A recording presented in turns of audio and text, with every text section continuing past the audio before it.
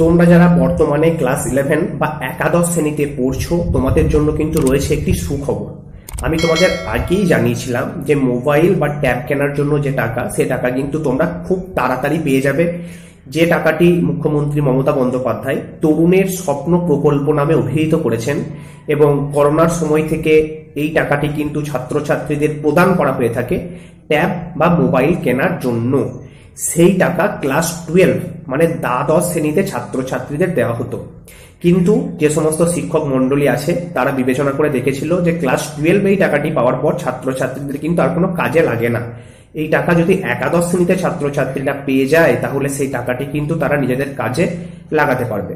তো সেই দিক থেকে বিচার করে এই যে প্রকল্প, সেই প্রকল্পের টাকা একাদশ শ্রেণীতেই দেওয়া হবে এমনটি কিন্তু ঘোষণা করা হয়।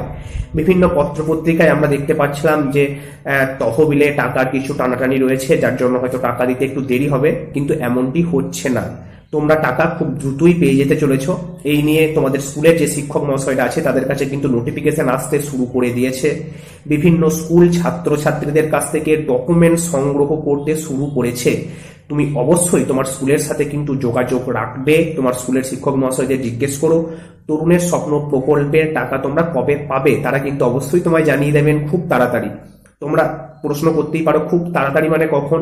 দেখো, তোমাদের প্রথম সেমিস্টার মানে ফার্স্ট সেমিস্টার পরীক্ষা হয়ে যাওয়ার পর এবং সেকেন্ড সেমিস্টার পরীক্ষা শুরু হওয়ার ঠিক আগেই কিন্তু তোমরা টাকা পেয়ে যাবে। মানে দুর্গাপুজোর আগেই কিন্তু টাকা তোমাদের অ্যাকাউন্টে চলে আসবে। এতটাই তোড়জোড়ের সাথে কাজ কিন্তু চলছে। তোমাদের যে স্কুল, সেই স্কুলে কিন্তু বিভিন্ন ডকুমেন্টস জমা নেওয়া হচ্ছে। তোমার ব্যাংকের পাসবইয়ের জেরক্স, তোমার আধার কার্ডের জেরক্স, মাধ্যমিকের তোমার রেজাল্ট, মাধ্যমিকের অ্যাডমিট কার্ডের জেরক্স, এগুলি কিন্তু জমা নেওয়া হচ্ছে। কোন কোন ডকুমেন্টস লাগছে তোমার স্কুলের সাথে কিন্তু যোগাযোগ করে জেনে নেবে, ঠিক আছে? আর হ্যাঁ, অবশ্যই তোমার ব্যাংকের বইটি চালু আছে কিনা ব্যাংকে গিয়ে জেনে নেবে। যদি কেওয়াইসি করা না থাকে অবশ্যই কিন্তু ব্যাংকে গিয়ে তুমি কেওয়াইসি আপডেট করে নেবে। বোঝা গেছে? ব্যাংকের বই যদি কোনো কারণে বন্ধ হয়ে গিয়ে থাকে অবশ্যই বইটি চালু করে নিও, কারণ তোমার ব্যাংকের বই যদি বন্ধ হয়ে গিয়ে থাকে এই টাকা কিন্তু তুমি পাবে না। সকলেই 10,000 টাকা পাবে। এই টাকা তোমরা নিজেদের পড়াশোনার খাতে খরচা করতেই পারো অথবা ট্যাব বা মোবাইল কিনতে পারো। বুঝতে পেরেছো? আশা করি ক্লিয়ার করে দিয়েছি। তাই এটি তোমাদের জন্য কিন্তু একটি অত্যন্ত সুখবর। সকলেই কিন্তু টাকা পেতে চলেছো।